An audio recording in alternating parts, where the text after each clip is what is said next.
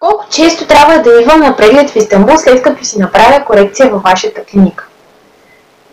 След като си направите корекция, задължително трябва да си направите и преглед на първия месец след операцията, защото тогава периодът е оптимален, когато зрението е напълно възстановено и резултатите могат да бъдат напълно ясни. Задължително е да си направите този преглед, но не е задължително да го правите в Истанбул. Както сме ви обещали по пакет, всички прегледи при нас са напълно безплатни. Но не е задължително да ги правите при нас. Може да си направите прегледите в България и съответно да ни изпратите необходимите резултати след първия месец. Оттам нататъка.